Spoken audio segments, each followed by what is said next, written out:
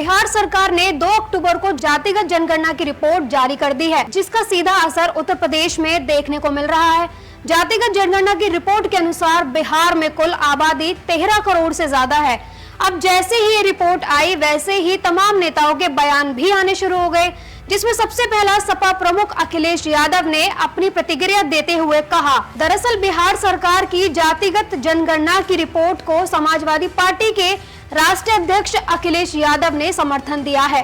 सपा प्रमुख अखिलेश यादव ने social media platform Twitter पर पोस्ट करते हुए लिखा, बिहार जाति आधारित जनगणना प्रकाशित, ये है सामाजिक न्याय का गणितीय आधार। जातिगत जनगणना 85 से 15 के संघर्ष का ही नहीं बल्कि सहयोग का नया रास्ता खोलेगी और जो लोग प्रभुत्वकामी नहीं हैं बल्कि सबके हक के हिमायती हैं, वो इसका समर्थन भी करते हैं और स्वागत भी करते हैं।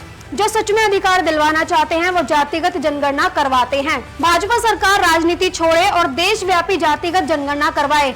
आगे अपने ट्वीट में अखिलेश यादव ने लिखा, जब लोगों को ये मालूम पड़ता है कि वो गिनती में कितने हैं, तब उनके बीच एक आत्मविश्वास भी जागता है और सामाजिक नाइंसाफी के खिलाफ एक सामाजिक चेतना भी, जिससे उनकी एकता बढ़ती है और वो एकजुट होकर अपनी तरक्की के रास्ते में आने वाली बाधाओं को भी दूर करते हैं, नए रास्ते बनाते हैं और सत्ता और समाज के परंपरागत ताकतवर लोगों द्वारा किए जा रहे अन्याय का खात्मा भी करते हैं। इससे समाज बराबरी के मार्ग पर चलता है और समेकित रूप से देश का विकास होता है।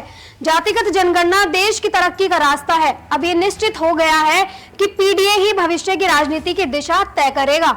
अब जैसे ही अखिलेश यादव ने इस पर वार किया, वैसे ही यूपी की सियासत में 4 चांद लगाने वाले ओपी राजभर भी इस जुबानी दंगल में कूद पड़े और कहा कि 36% अति पिछड़ों का आंकड़ा आया है।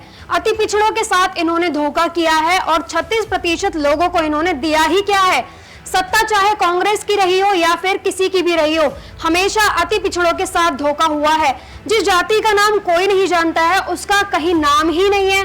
ओम प्रकाश राजभर आगे कहते हैं कि जितना आंकड़ा वे दे रहे हैं उतना तो सिर्फ एक जिले में ही है।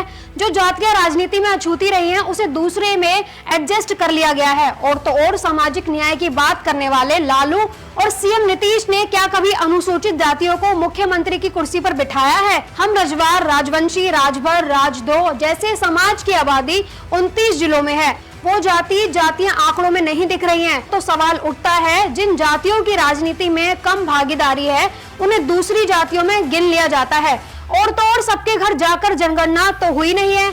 ये सरकार के हिसाब से सही हो सकता है, लेकिन मैं कैसे मान लूं कि ये सही है? तो दूसरी ओर सपा नेता स्वामी प्रसाद मौर्य ने भी बहती गंगा में हाथ धोते हुए कहा कि जातिवार जनगणना समय से पूरा कराने के लिए बिहार सरकार को बेहद बधाई। नीति और नीयत साफ हो तो हर कार्य संभव है। बहरहाल अब देखना काफी दिलचस्प होगा कि क्या 24 से पहले ही यूपी में जातीय जनगणना हो पाएगी। आपका इस खबर पर क्या कहना है, हमें कमेंट करके जरूर बताओ। और ऐसी तमाम खबरों के लिए हमारे सभी सोशल मीडिया प्लेटफॉर्म्स को फॉलो करें।